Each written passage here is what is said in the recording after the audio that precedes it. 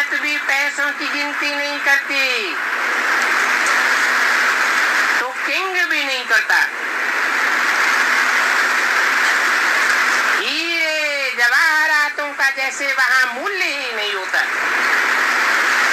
ढेर के ढेर होते हैं। छतों में और दीवालों में, खंभों में हीरे ही जड़े रहते हैं। वहां झूठे पत्थर नहीं होते हैं। यहाँ तो कितनी इमिटेशन लगी पड़ी है। तो देखो,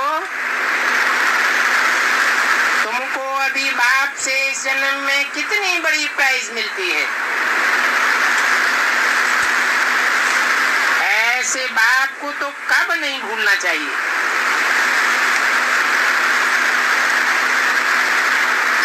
और कोई भी संशय आए, मुकर्रर रथ में भी संशय आए, लेकिन इसमें संशय नहीं आना चाहिए।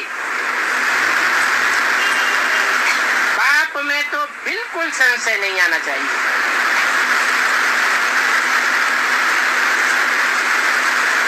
क्योंकि जो रथधारी आत्मा है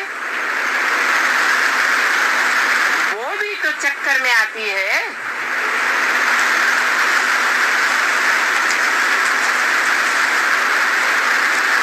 शिव बाप तो कभी चक्कर में नहीं आता, वो तो सबको चक्कर से निकालने वाला है।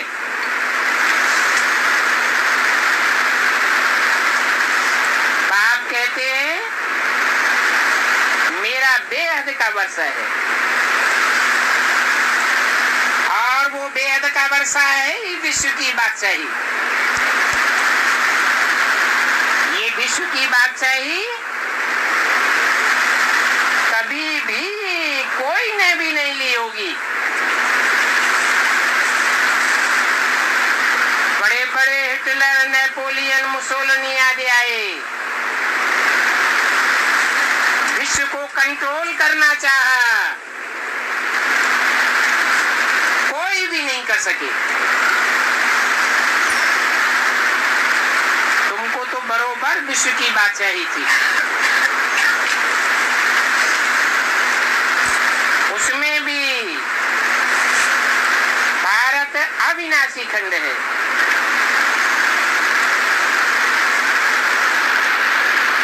जहाँ बेहद का बाप आते हैं।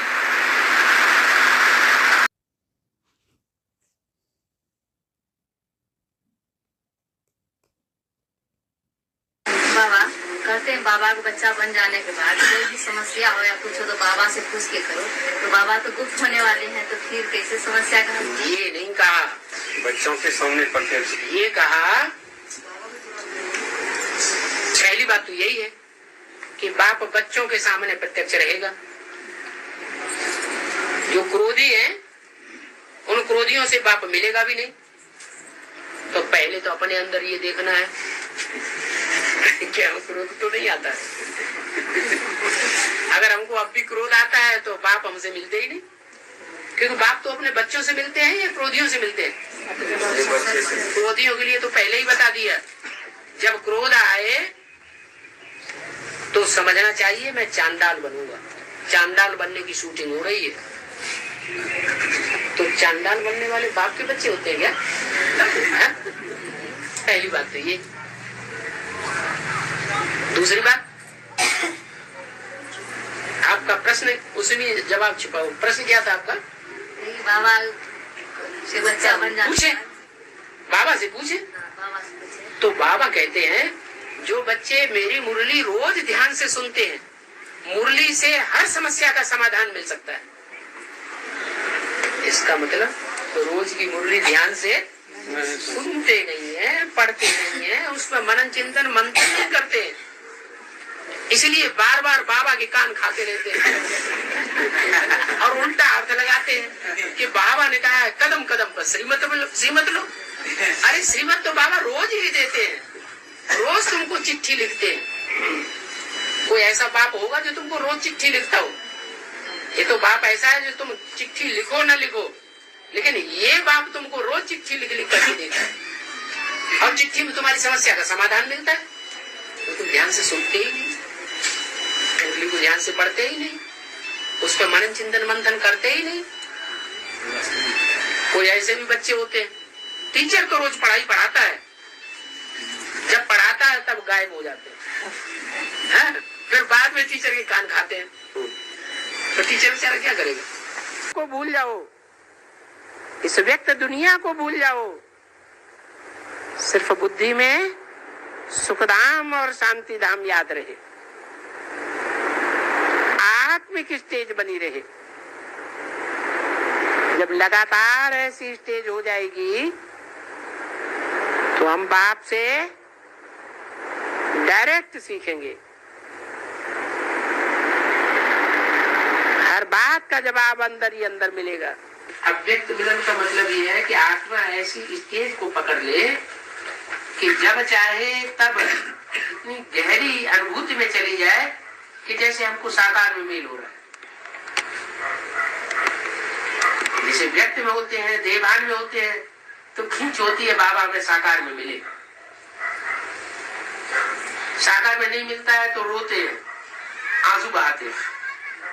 लेकिन जो अव्यक्त स्टेज होगी उसको आंसू बहाने की स्टेज नहीं होगी, वो तो प्रसन्नता में रहेगा, हल्कापन में रहेगा। अभी तो दिन प्रतिदिन ऐसे देखेंगे कि जैसे प्रैक्टिकल में अनुभव किया कि आज बाप दादा आए, सामने आए, हाथ पकड़ा, बुद्धि से नहीं आंखों से देखेंगे, अनुभव होगा। लेकिन इसमें सिर्फ एक बाप दूसरा न कोई, यह पाठ पक्का हो। फिर तो जैसे परछाई घूमती है ऐसे बाप दादा आंखों से हट नहीं सकते। अव्यक्त वारी तारीख 29 मार्च 1981, पृष्ठ 107 अन।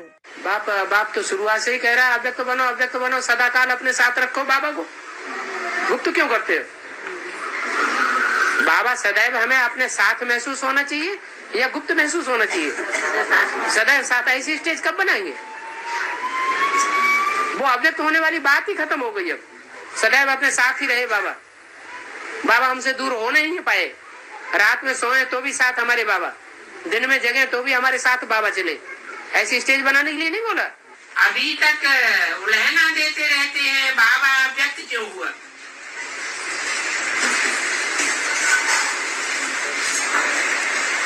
कौन उलहना देते हैं?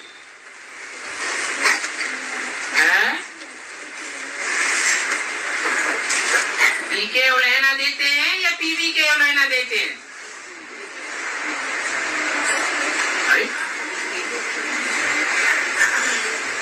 उलहना देते रहते हैं। तो बाप भी उलहना देता है कि साकार में होते हुए भी बाप समान कब बनेंगे?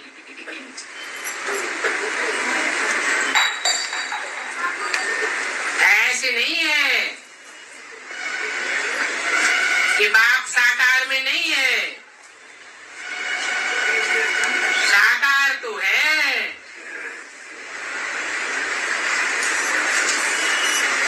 लेकिन अव्यक्त स्टेज नहीं पकड़ते, निराकारी स्टेज नहीं पकड़ते। क्योंकि मुरली में ही इशारा दे दिया था,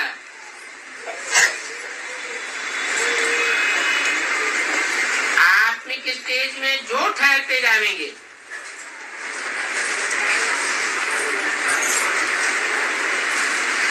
वो बाप दादा को पहचानते जाएंगे। नहीं तो इतने साल हो गए बाबा को बोलते बोलते बच्चे अव्यक्त बनना है, लेकिन अभी तक भी अव्यक्त नहीं बन पाए। अव्यक्त नहीं बन पाए तो साकार को सामने देखने की इच्छा होती है, सामने बातचीत करने की इच्छा होती है। अगर अव्यक्त बन जाए तो सदा काल का साथी हो जाए। वो सुप्रीम सोल बाप को आप जितना याद करते हैं, साकार में निराकार को जितना याद करते हैं, वो आपके साथ नहीं रहता है, बंधा हुआ नहीं है आपके साथ रहने के लिए, तो आप फिर ऐसे क्यों कहते हैं? परिस्थितियाँ क्यों आती हैं, पेपर क्यों आते हैं? पेपर के लिए पूछ रहे हैं कैसे परिस्थिति क्यों आती है? इसीलिए ना कि ध्यान कहाँ केंद्रित है, माया चोटी से पकड़ती है बोलते। इसीलिए पकड़ती है कि हम जिसको अपने साथ रखना चाहते हैं वो हमारी बुद्धि से रख रहा है। हराम के भक्त रहीम के बंदे हैं ये सब आंखों के अंधे। राम और कृष्ण के अंदर जो सुप्रीम सोल है उसको वो तथाकथित ब्रह्मा कुमार कुमारियां भी भूल गए। क्या याद रह गया? वो शरीरधारी याद रह गया, शरीर हमारे साथ है। अभी भी रंगमंच पर स्टेज पर जब सोल प्रवेश होती है तो चिपक के बैठते हैं हमारे साथ। अरे वो देहधारी तुम्हारे साथ होने से परिस्थितियां खत्म हो जाएंगी क्या? बुद्धि में जिनके सदैव बैठा हुआ है कि एक शिव बाबा ही हमारा कल्याणकारी है, और देह जिस देह में मुकर्रर रूप से प्रवेश करता है वो अंत तक किसी के साथ साकार में रहेगा क्या? है? नहीं रहेगा। फिर भी अपने पुरुषार्थ से अपने को अव्यक्त स्टेज में स्थिर करना पड़े। जो ऐसी प्रैक्टिस करेंगे उनको अनुभव होगा कि बाबा सदैव हमारे साथ साकार में है। उसका चित्र भी दिखाया, सदैव साकार में साथ है। इसका कौन सा चित्र दिखाया? अपना चित्र ही भूल गए।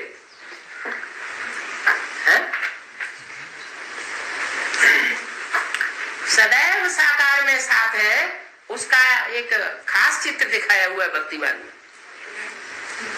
लक्ष्मी नहीं है? नहीं, वो तो दो का ही हुआ। शंकर रास लीला कौन ने बोला? हाथ उठाओ। हाँ देखा, बढ़िया इंचार्ज टीचर मिली हुई है आप लोगों को। रास लीला, रास लीला में हर गोप गोपी के साथ कौन दिखाया गया? कृष्ण को दिखाया गया। उन्होंने तो कृष्ण को दिखाई दिया क्योंकि कृष्ण को भगवान समझते हैं। है कौन साथ में? शिव बाबा। सदैव साथ में अनुभव होगा। सोते समय भी अनुभव होगा हमारे साथ है, जागते समय भी अनुभव होगा हमारे साथ है, चलते फिरते उठते बैठते कोई भी कर्म करते समय क्या अनुभव होगा? बाबा हमारे साथ है। ऐसी अव्यक्त स्टेज बन जाए, फिर ये प्रश्न रहेगा कि बाबा जिनके साथ रहते हैं उनको काहे के लिए परेशानियां? तो दुनिया ही भूलेगी बाबा। दुनिया तो दुखी देने वाली है। नहीं, दुनिया दुख देने वाली भले है, लेकिन हमारे साथ कौन है? बाबा हमारे साथ। हमारे साथ तो सुखदाता बाप हमारे साथ है ना।